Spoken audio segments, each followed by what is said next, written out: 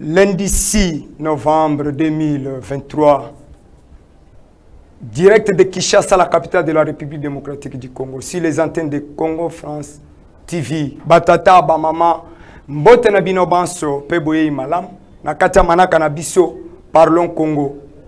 Parlons Congo, il y a l'émission, il y a ba Congomani Bayi Oyo, Bali Kokanisa, Pona Congo. Parlons Congo, Ekosungayo, Mutangisi. Yo musali ya l'État, yo ministre, yo député, yo muyi Congo, o nyonso, alina posa butomba miya Congo.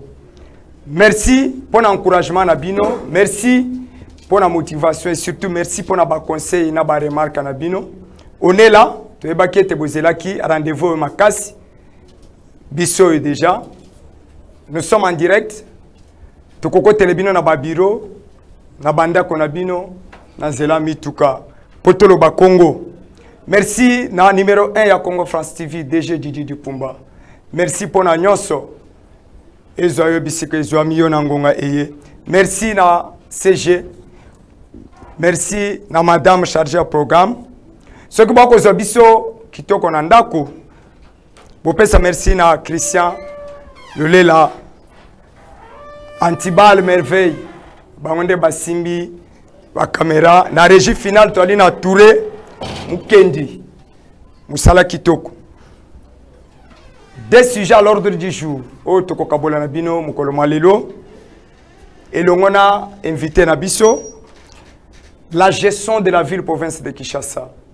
Est-ce que Jantini Ngobila et le gouverneur à la place qu'il faut, ou est Sengela Kinaye, Asala Mingi Pobana Kinshasa? Est-ce qu'il y a un bakino misuso bako betele mwana mboka Jantini Ngobila maboko? Yami Balé le 20 décembre 2023. Tenu à élection dans la République démocratique du Congo. Est-ce que c'est possible? Mwana mboka Thomas Kapuya Muyi IDPS Tshisekedi mbote na wepe boye imana. Mbote mingi ndeko journaliste esengo ya koyamba mana chaîne ya CF TV1 pona kosolo na ba imboka masolo ya mboka. Mais à tout seigneur, tout honneur, je salue, je remercie son excellence Félix Antoine Tshisekedi Tshilombo. Po tozo tonda botondi pona sa gestion oyo batwazo sepel nango. Et sans oublier la diplomatie gagnante, agissante et la diplomatie vivante, dans le sens que nous sommes en train de vivre Maye Oyo Tobandaki comme on a Kalate, comme on a un président de la RDC très actif sur le côté diplomatie et la façon dont il gère le Congo dans la situation Oya Est, ça nous fait croire que c'était lui qu'on attendait. Non, parti ya ba Congomani mususu bako kanisa yete musala aliko sale longo banite sengela ki mususu aya. Non, oyo ndenge batonaka Yesu et pas Jean-Baptiste bayo kolina bakenda kotuna ke bokeno kotuna Yesu mwana nzambe za ye bien tozela mususu.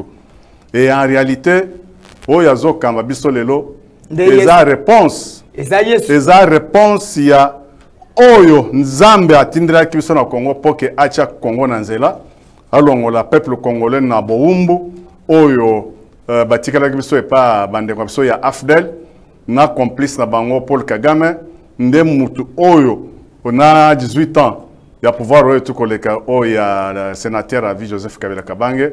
C'était la continuité ya AFDEL. C'est ça ce qui nous a créé des difficultés dans la sécurité de l'Est. Non, mais chaque chose, en droit, on dit que non, il y a la cause lointaine et cause immédiate. Si vous avez la cause lointaine, ils ont engendré Maye Onyo Tozolo Alelo, Eza Esika Afdele Yaka avec Banyangalakata au musée. Avait fini il avait fini le conglomérat des aventuriers. Il avait cité Batambo Mwamba, Banane avait complicité à RCD. Ce sont eux qui ont ouvert la porte aux agressions dans la sécurité. Mais on ne peut pas oublier ça. Ceux qui te bossent dans ce que il faut toujours rappeler, revenir toujours dans l'histoire. Histoire jamais bakoko bosa nango histoire jamais ko bunga. Mais kaka kotanga makambo mabe oyo bino bo kokanisa ete Kabila salaki mais bolamu asalaki bo kanisa ngo. Non, mais on ne peut pas oublier que maye oyo Kabila sali ya malamu c'est alternance, passation du pouvoir civilisé. C'est dans ce sens-là oyo toko ko bosa nango te parce que Franks Etienne Tshisekedi Mulumba à l'Obela quand bien avant il avait déjà deviné, soit il avait déjà parlé bien avant qu'il y aura l'alternance dans ce pays et la personne qui fera l'alternance, il fera avec IDPS. Voilà. Et Moukolo, o IDPS, c'est qu'on doit pouvoir.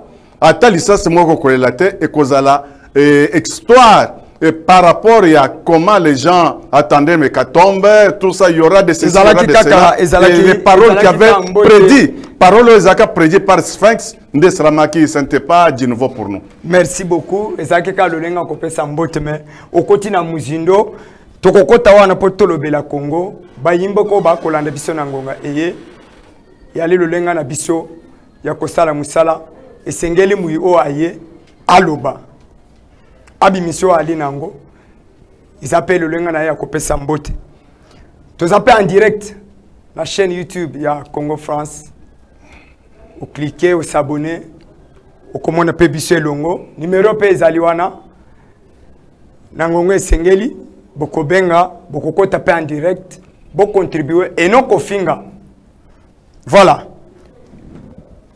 ndeko Thomas c'est possible que l'élection ezalana 2023 tanango le 20 décembre kotala eteti na moyi mwalelo bayimbo comme sous ba komi lelaka na bantene ya CNI pona ba duplicata na ba misusu ba carte na bango yali komona na bilongité ba mususu bazoko kokende kozwango te mais mwana mboka kadima elongo na ba union sacrée bali ko yebisa ba kongomani ete iyo élection ekozala le 20 décembre 2023 ba contrainte nyon swan est-ce qu'il y a kotindika biso na élection ou toko consommer glissement le lenga ba mususu ba kokanisa andeko molobeli journaliste nga naza politique naza membre à Senite et kadima aza président ya organe moko indépendant tozolobanga Seni, il est notre collaborateur. Je suis ici au nom du parti politique, au nom de l'Union Sacrée, mais je ne suis pas là pour entrer en profondeur, soit être avocat de Kadima, non? Avocat le lenge, ozali mouyi politique, mais okoki kopesa makanisi. Pona kotalisa, bayimbo ko ba kolanda yo, o bandimaka. Était aux alines à pierre à quoi porter n'amboka. Tout à fait normal. Alors, tout à fait normal. Il y a yambo oyo na ko bisayo soit na saba ye obazola ndebso za ke seni oyo tozana ngwa kadima. Ezana transparence ebele ko le kaseni oyo ya 2011 soit disant il y a 2018 d'abord. Il y a ndekonanga oyo azo sala makele bele à gauche à droite tout ça avec incompétence oyo azaka nango. Et pourquoi j'ai dit qu'il y avait l'incompétence? Moi qui te parle, j'étais un candidat malheureux dans l'élection 2018. Dans la circonscription Nangaï et Sika Nachaka Libaya, et j'étais très dessus, de façon que jour il y a élection, ma combo Nangaï va changer quand on a machine. Moi j'étais un numéro 48, mais les jours des élections, la machine va permettre que combo Nangaï.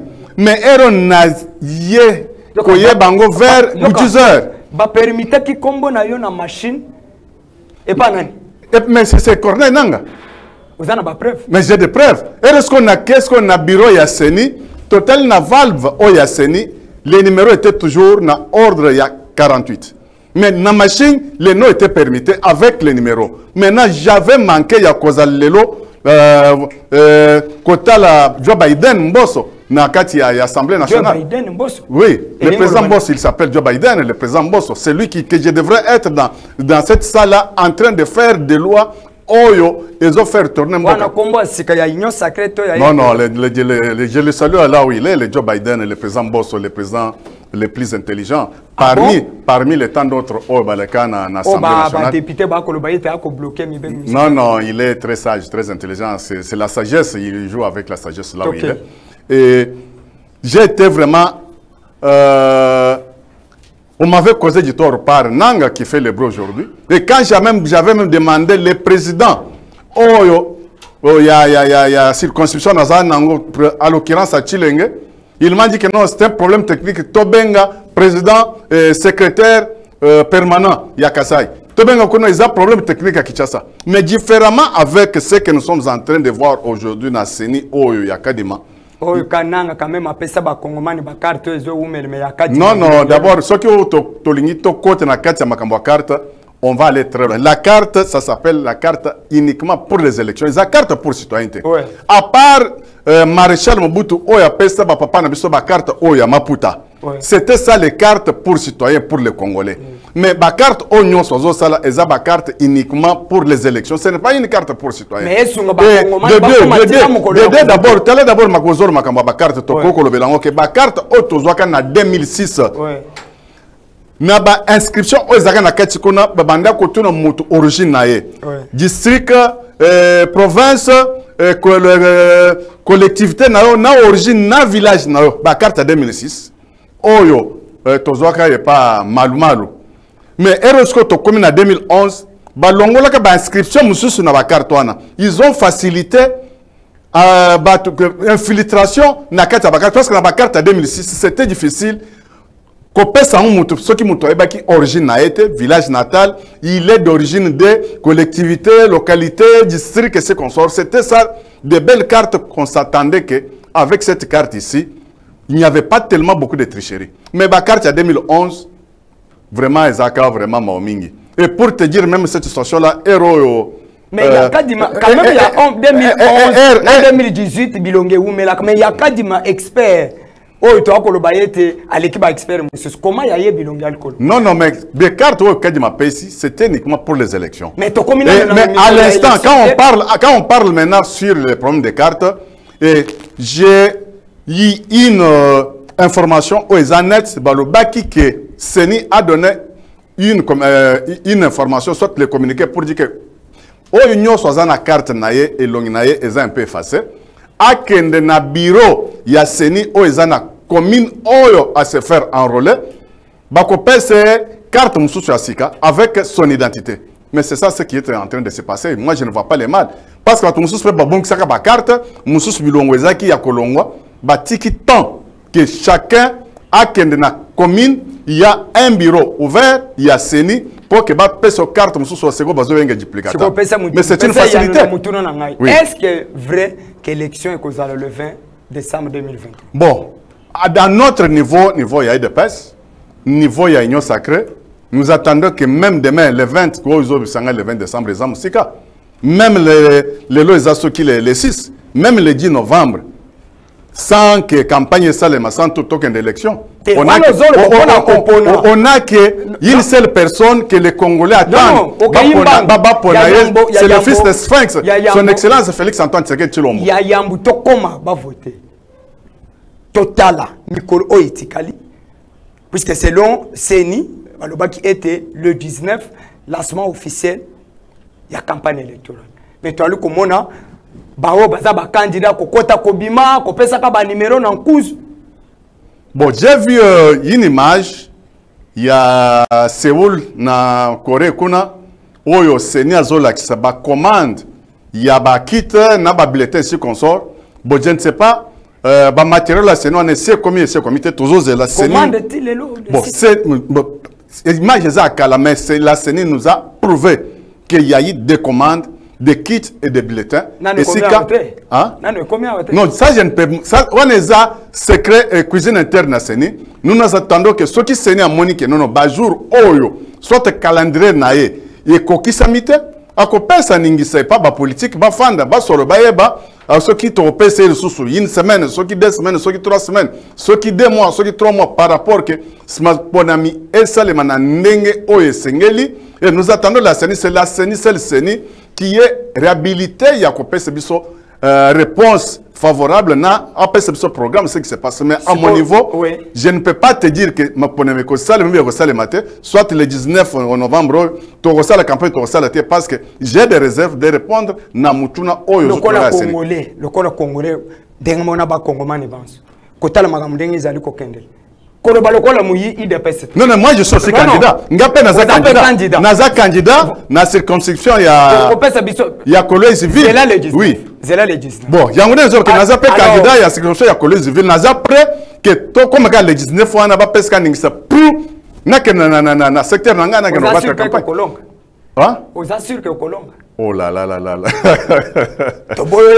Non, non, même chose que déjà naza na base na Impala, naza na base na Djilungu et na minito Kolwezi na commune ya Djila là, on m'attend là-bas parce que je suis provincial, on m'attend là-bas avec Bamandala là tout ça. Mais pourquoi pas? C'est lui le fils de Sphinx. Quand non, on ne t'a fait pas. À l'instant où Tozoloba na outu comme ça que hier Aza Moïse mais Aza Josué. Moïse a déjà fait son travail. C'est pourquoi nini bolinga kozo fachi ko komisa ye lokola kombo monko ya Biblia tant que ba kongomani ba komona yete fachi akokambe ndambu ya ba congolais ba kolika yete fachi le lenge lisolo ya rame betama wa le ya 100 jours betama wa azali muto aza bien placé pour na kokamba ko. Bon, je te réponds pour dire que mboka ya biso Congo ezana yelaka ya Nzambe. Mboka biso Congo ezana yelaka Nzambe. Et le Congo, ils appellent la Bible. J'ai na ba recherche na tombaka na ba m'a commis soit une dénonciation il y a pasteur Moboye et il n'est pas congolais, il est de l'étranger, il est un européen. Alors lui que origine na bango bazaba juif, le pasteur là disait ça. Mais il a dit une chose qui m'avait beaucoup inquiété et qui m'avait ouvert au moins c'est pour dire que en réalité paradis terrestre autobanda kotang na ville que paradis terrestre exista et paradis terrestre exista en Afrique. Écoutez d'abord ce que le pasteur là disait. Le paradis terrestre là existait en Afrique et le paradis terrestre là est en Afrique, Afrique centrale. Il a fermé la parenthèse et même Maréchal Mboutalba que non monde Afrique est en forme à réservoir, mais Gachette Nango est en RDC. Pour te dire que la situation autour Nango na Congo, n'engue ba minde ba baka non eza scandale géologique, mais bango bazo telaga ka maye o eza na sama belé. Mais bazana posa ya ba Congolais te mais bazo telaga biloko eza na Congo. Le Congo c'est le paradis oyo. Maintenant, le paradis existait, c'était le Congo. Maintenant,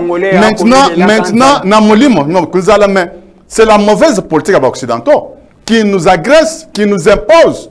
Mais un jour, ceux qui n'ont pas mission à charte, il y a impérialisme, voir comment le monde a été géré, le monde est en train d'être géré par des impérialistes avec des stratégies, comment étouffer l'Afrique. Comment ne pas laisser l'Afrique et développer, l'Asie est développée.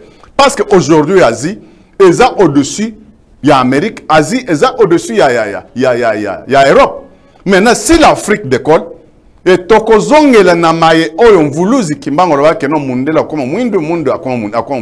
les Européens savent bien que si l'Afrique décolle, les Africains basu bon somi na bango ndenge bandi déjà na CEDEAO ba Mali ba Burkina Faso ce qu'on sort et il faut que mon peuple ezwa Afrique mobimba et l'Europe va tomber. Même Poutine a même parlé que mukolo ba africain ba komiyeba ba africain même ba zone CFA ba longa na zone CFA ba sali monnaie na bango chaque pays avec sa monnaie propre et la France d'abord va tomber. Et pour ton information, franc CFA, banque d'État, il y a franc CFA. Et ça, en France. Bango, et le franc CFA s'imprime en France. Mais un jour, le président non, nous sommes dupés par Mboko et Kolonizabiso, on a zone CFA, to fabriquer biso moko automatiquement ba monnaie na biso. Et ça sera un début de commencement, il y a des clans, il y a Mboka Europe. Dengo Wouti Koloba, c'est ce que Salami que le 20 décembre 2023, élection et salamité. Tu connais la transition sans Tshisekedi? Il y aura on va évoquer jurisprudence. Oyo sénateur à vie Joseph Kabila que je salue en passant a évoqué en 2016 et on avait fait au moins 2 ans où il y a des représentants avocat qui pour atteindre les élections en 2018. Et que dit la loi? Et on va interroger la Constitution. La Constitution, Oyo, moi, Namboke Joseph Kabila Kabange, Oya promulga. Moutono anezali pe et yanezaka na kati ya Constitution. Tokota l'article 70. Ndeko pese yanwe ko ilobi ke président Oyo azana ngwende akofanda place wana ti na mukolo Oyo. Kisiti mulai boy. Po fachi azana bokozito. Seri ya Kabila boboye mais. Non mais la loi est dire mais reste la loi. C'est ça le principe. Il y a droit. On a fachi Toto Samibeko mais Kabila. Non mais même Kabila Toto Samibeko on l'avait donné les 2 ans. Non, Ezaki Mibeko. Mibeko le président en exercice reste na fonction titi mukolo oyo kosa la remise de reprise. Non, mais on n'est pas encore là. Biso tozo de kaka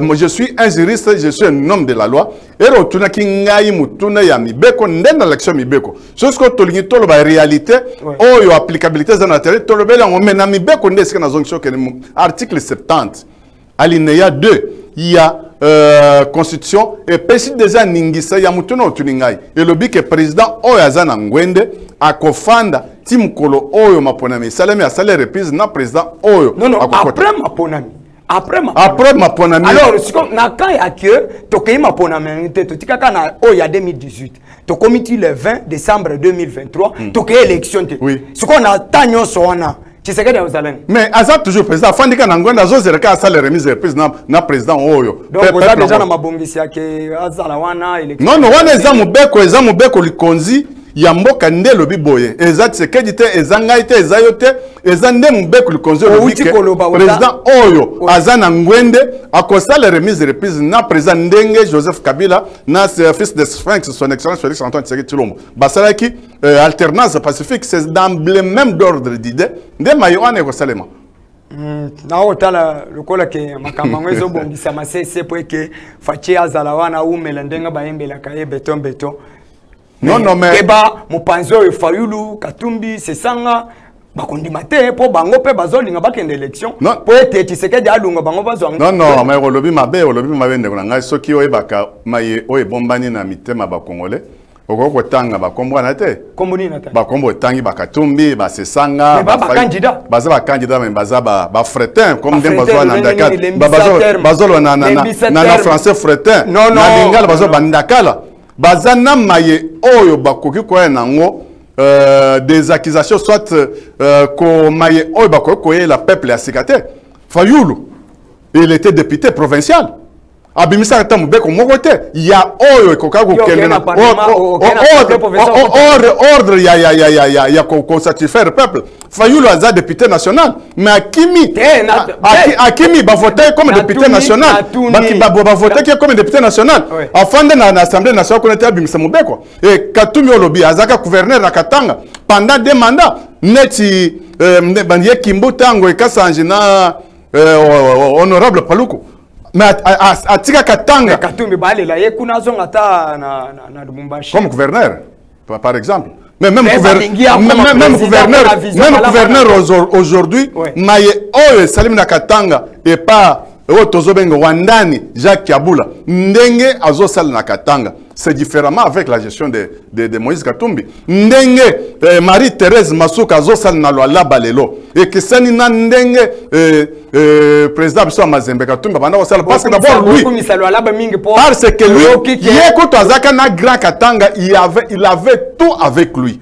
Il avait tout avec lui. Bakalemi, Bakamina, Nani, Kolwezi, tout ça. Il avait la même mise sur Grand Katanga. Mais il n'avait rien fait. Par rapport, il y a les autres malelo batubaza na de découpage de la province ici mais développement oeza lelo eza kitoko makasi par rapport même à la gestion à Katumbi. Tu comprends nini mingi bayi congolais lelo bakambi ba ko welele ko kende na la lap kona balobi bazolo ko tambongo non la ba ndeko na ngai eza capitale ya minéraux otozobenga cuivre avec plusieurs minéraux qui sont là-bas. Mais non, mais il fallait d'abord voir Luala Bayakala dans la gestion de Katumbi avec le lab d'aujourd'hui. Le lab a Oui, ça a intérimaire, ceux qui combien de mois. Oui, ezalaka na maboko Katumbi, babandaka ko exploiter ka minéraux, mais les zakate, courir zakate, mais ezalaka il y avait plusieurs même hôpitaux zakate, ba école zakate, mais ce que na le lab lelo, université zo tongama moderne. Ce que na le lab lelo, okuta échangeur, o ezaka moko o congolais zo tonga na RDC. Ce que le lab lelo okuta banzela o ya 4 bandes avec ba séparateur na kati. Ce que le lab lelo okuta courant de l'estage zate. Ko mutuna moko. Fifi Masuka. Aza gouverneur, intérimaire, toi, gouverneur. Non, non, qu'est-ce que tu payes? Qu'est-ce que tu parles d'intérimaire? Intérimaire, c'est qui? Non, non, Moutuna Eza Kitoko, mais intérimaire, c'est qui? Ce qui est essentiel. Eza Kosala Moussala selon vision. Il y a mon beaucoup bien, Eza, terme intérimaire, définitif, tout ça. C'est quoi, Eza Ganatan? Non, non, mais. Voyons les élections. Voyez d'abord les œuvres. Non, non, mais il faut tenir compte. Il y a œuvre à Sali. C'est non, c'est l'homme Ibeko. Oui. C'est l'homme Ibeko. Moutsoka za intérimaire. Asakanatan o azalakawana pour accéder sur le. Non, non, si on était hors la loi, mais le bassi baba, ça la élection comme la loi n'interdit pas l'intérim. Voilà. Il y a toujours la continuité. La loi n'a pas interdit la. Nous avons face à ce que doit Kobeta en 2023. Il va sortir avec. Mais si c'est ça la démocratie, tu sais que en 2018, Ngoï Kassanji, gouverneur de Kassai oriental Nambujimai, il avait interdit atterrissage d'avion, il y a son excellence. Non, non, non, mais tu m'as parlé avec Fayoul. Mais c'est ça la démocratie. Les ministres, le VPM de l'intérieur, Peter Kazad, que je salue en passant maître, il a mis même la sécurité pour protéger Fayoul. Pour le bâtiment que non, mais c'est ça que je te dis. Quand il est arrivé, moi j'ai vu les images, oh Fayoul escorté par des policiers, et j'ai vu des images, oh bazo rappelé Yeke, Fayoul Yebela, Namboko, tu ne peux pas ignorer ce que c'est ça les images que j'ai vues. Mais ma image, je me suis sur l'ingénieur Sangha. C'est là. Oh, mais bon, quand tu parles de Kalambambouji, Tokolo Belango, na maye oyo lobby à gestion ya Argentine. Voilà. Mais depuis, na principe ya gestion, on dit que des personnes passent, mais des instructions restent. Mais des institutions, oh Balegaki, fils de Sphinx, oh il y a 18 ans. Mais c'était des institutions très faibles. Mais les personnes sont parties avec des institutions. Et des personnes sont parties avec tout ce qu'ils avaient. Mais ce qu'on attend à faire. Quand je peux te dire réalisation, d'abord il y a gratuité et enseignement. Et Zakaka, article Moko na constitution, ce qui n'a pas nombre d'écoles ou tongami sur toute l'étendue de la au-delà de 1000 écoles. Ce qui n'a pas nombre des hôpitaux, n'a pas centre de santé ou tongami. C'est plus que 500. Ce qui n'a que le lot na Mama Yemo. Mama Yemo a été construit en 1910. 1913. Mama Yemo. Et Tongama en 1913. Mais 100 ans après, il y a une autre personne, Oyaye, na Komboya, Otozolobake, un libérateur, Aye Kotonga. Il y a des Congolais, fils de Sphinx, son excellence Félix Antoine Tshisekedi. Oui.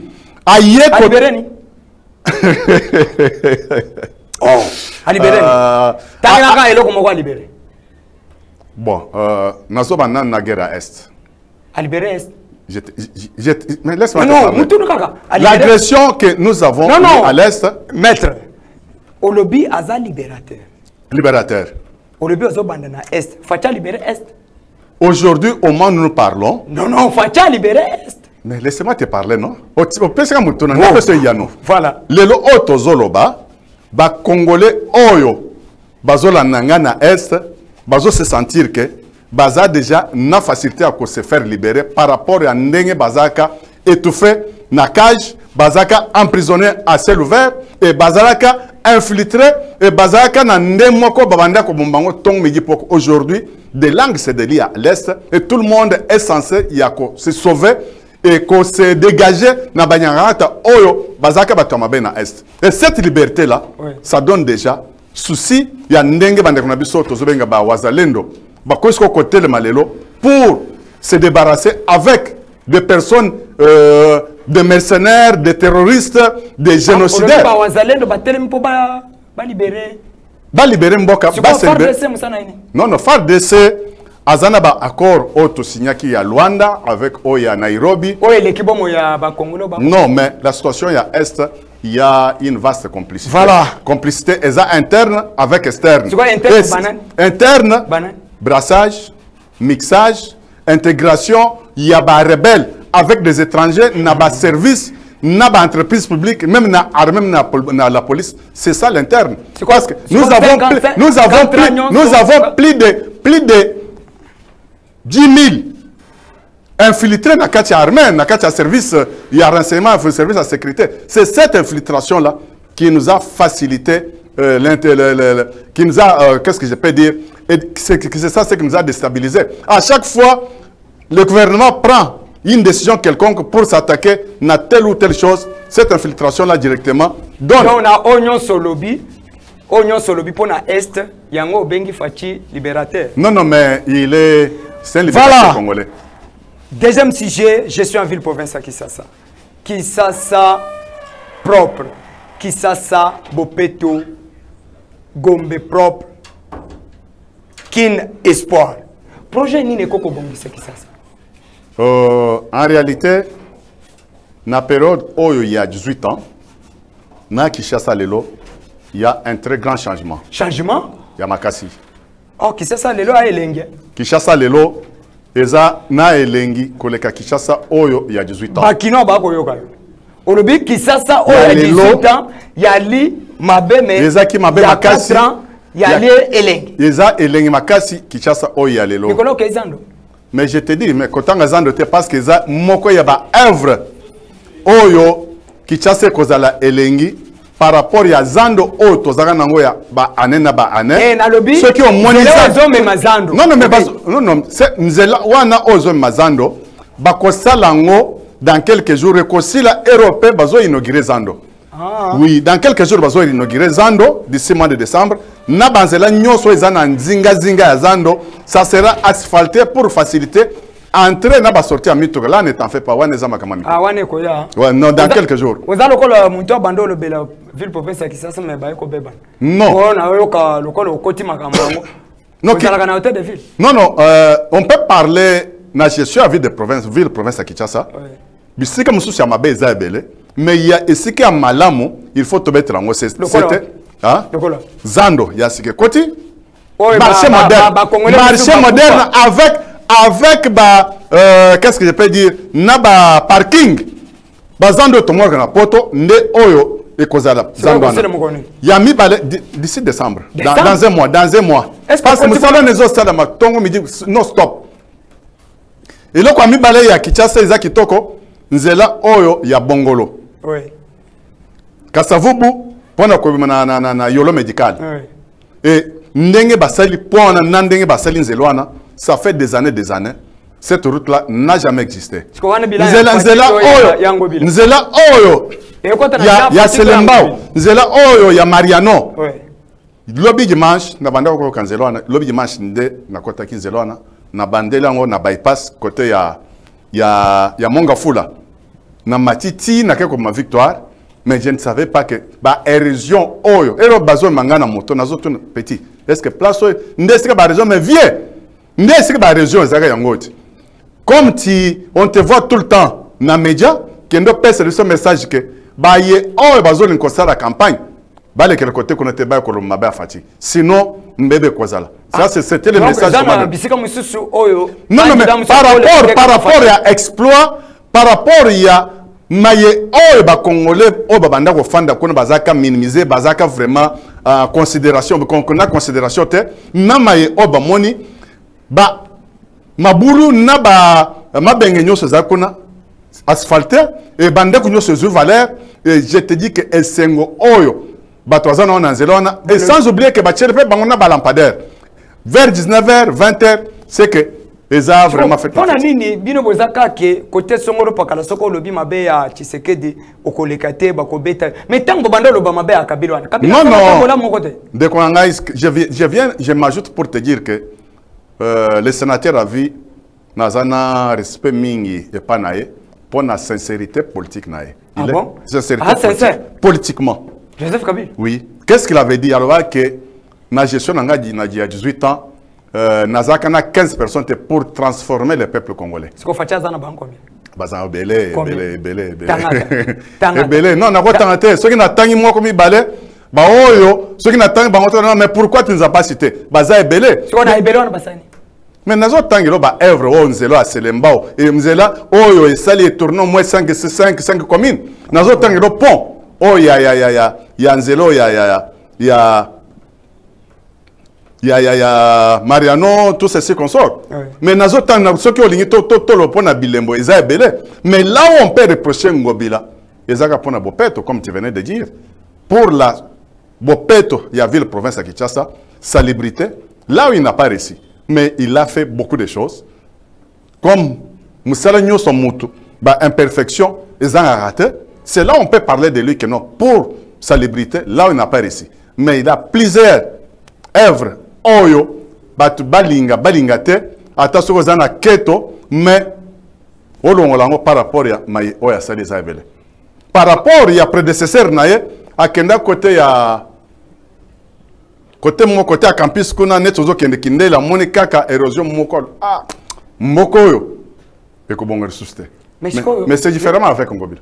Ah, Ngobila osala musala malam, lelo okoko leka aveni Itaga okoma Rwakading, okoma commerce, poto na libulu ezali boso au de ville. Oui, je viens de te dire que pour à côté Oitaga Rwakading, maye nzinga nyoswana, je sais que j'étais avec le ministre Gisaro, il a déjà donné l'ordre que avant l'inauguration il y a Zando, nzela nyoswana bakobeta yango déjà date. Mais même si tu passes aujourd'hui, même si tu passes au commande place mususu bache batol. Tena lekeli wana. Mais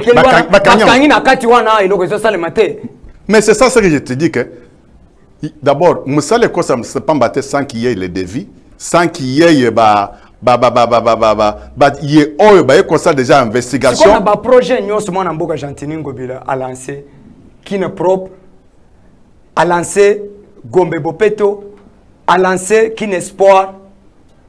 Projet Nino Moni et Simbi. Non, bon, tout le monde a un projet. Le projet, ce n'est que le nom. Mais ce que nous avons besoin, c'est voir des œuvres, réalisme, réalisé, mais que Mbok est développé. Parce que son Excellence Félix Antoine son Excellence Félix Antoine il a lancé Vision il y a 145 territoires. Il nous amène dans la terre promise. Jérusalem, c'est la terre promise. C'est le Congo. Congo? Oui. Et qu'est-ce qu'on peut dire? Nous attendons que le développement ait n'importe cause là. Parce que l'école Oyo, Tomoni, Basali, Batongi, dans la province, même ici dans la ville province de Kinshasa, et Zabiloko Oyo, Tomonate, je peux t'amener dans l'Ipen. L'Ipen est tongama dans l'époque coloniale. Mais tous les 60 ans où il y a indépendance, il y a même un bâtiment Moussoukouna. Et c'est ça là déjà, fante, bouger à ta côté. Ceux qui sont dans campus, et c'est toujours le mont de savants qu'on na campa. Il y a des hommes, et c'est comme déjà des potoirs. Mais présent nous sur Baleka, comme même na campus. On y a présent Baleka. Comme même niveau il y a rond-point même il y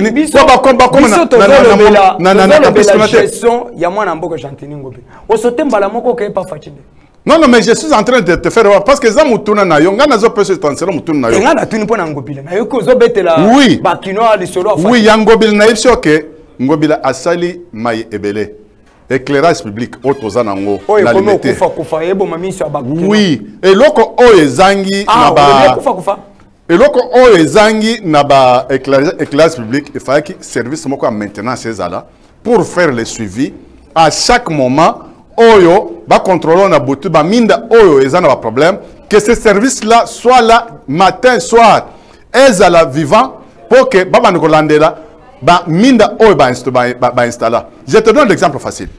À l'époque de Kimbuta ba chaka ba mindwana na ba terrain municipal mususu na terrain biso alemba ya GD ba chaka ba mindwana na terrain oya basket oyo eza sima ya parquet Kalamu ba chaka na mindwana na parquet ya Ndili na terrain oyo tozana ngo ya Ndili wana ba chaka ba minda.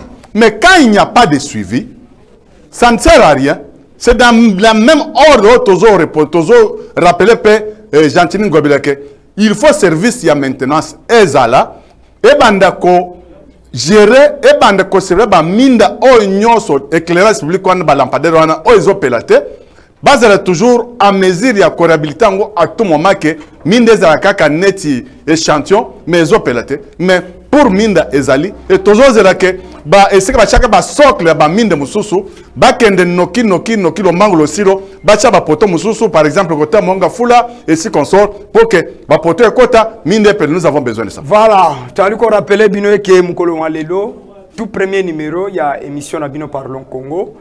Toyambi mwana mboka Thomas Kapuya Ali Muyi UDPS Tshisekedi bwali koyoka ndenga ali ko potana kobundisa ka koyebisaka ba congolais était Congo na fachi eza possible. Alors mwana mboka tokita déjà nasuka pona nini na IDPS bulinga kopesa bato ba kombo bato sobika ba 520 giga ba bolamu biloko na utawa. Non, mon frère, c'est makamwane bandi le lote. Eza makambo kala tokutango. Et tokotika pe yango. Ce qui mutozo sala bolamu. Ndenge bolamu pour la rater. Et bakolo ba toujours malamu na e. Na oto comme ça que non malamu ya sénateur à vie. Oyo to banda ko benga Shina Rambo. Hein? Oui. Lui ko yé moko ayebi ke comme ezaki Shina Rambo. Malamu na yo asala eza alternance pacifique. Malamu ami balé asala eza reconnaissance ya koyeba que non n'avait pas 15 personnes au bako kaki ko aider ko transformer le peuple congolais. Mais on n'ignore pas. To ignorer malamu na été. Mais ceux qui mon CG mon aboute kabou que j'ai serré en passant ba bengue que non moaza mon aboute du chef. Où est le problème? Oh, mon aboute du chef. Oui, mon aboute du chef. Où est le problème? Chef Ndenan. C'est son excellence, celui qui s'entend, c'est le chef. Bon, ceux qui ont bien que moi, bout du chef, où est le problème? Ceux qui ont fait bazo yombo, toso bika, et tel bango n'a pas combo bazo pesaye. Eux, ils ont dit qu'ils ont combo à kofinga. Mais ceux qui ont combo par rapport à Moussala, ou à Zosa, les homonana. Ngana moni ma bête. Voilà, ça je ne sais pas. Mais Naïbika Kazama n'a bout du chef. Toso bika. Je vous salue. Voilà, nous sommes en direct sur Congo France TV. Bandeko, Bwali Kolanda toko kita déjà. Poete toye bama ko kabwana na bino. Bokanga pe bokoma rendez-vous na biso. Toko zalawana chaque lundi 15h30 à 16h 20 minutes et mardi 14h15 à 15h05 également vendredi Potolobela Congo. Onyo sona makanisi pona Congo. Aïba m'a contacté biso numéro na biso ezaliwana en cas de souci tozawana pona kokabola o ezota la biso ezali ba institution ezali ba kambi ezali Congo ezali ba kita ya mboka na biso ndeko Toma. Oui.